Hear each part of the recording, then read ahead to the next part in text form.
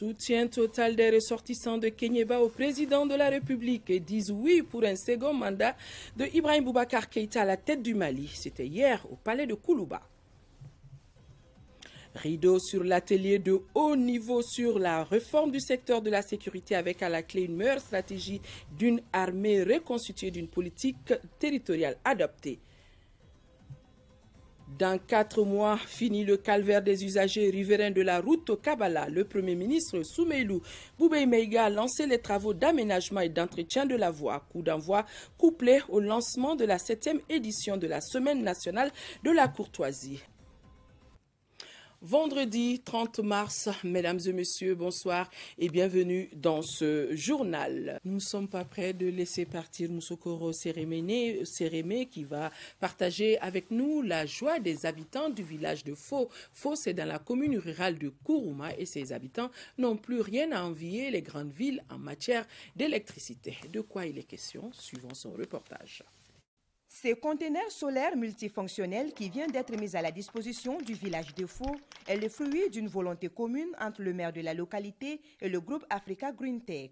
Sa réalisation qui répond à une forte demande de la population a toute sa justification. Mon mari et moi, on a eu l'idée que c'est un besoin qui est là depuis des centaines d'années. Tout le monde sait que les villages, les zones reculées n'ont pas l'accès sur l'électricité. Donc c'est ce qui m'a poussé à revenir dans mon pays. Pourquoi pas amener la technologie allemande aussi chez nous? Implanté sur une superficie de 400 mètres carrés, cet outil précieux destiné à plus de 300 ménages aura un impact certain sur l'amorce du développement des activités génératrices de revenus ainsi que les infrastructures socio-communautaires de la localité.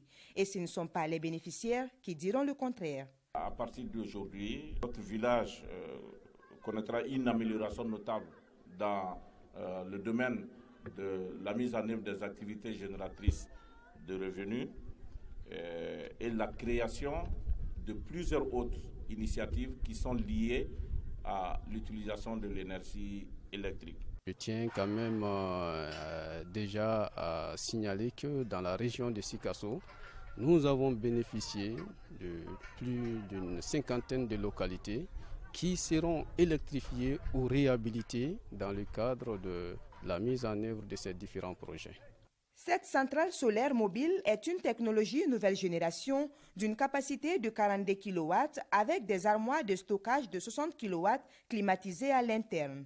Le coût global du joyau s'élève à plus de 120 millions de francs CFA, de quoi faire danser les heureux bénéficiaires.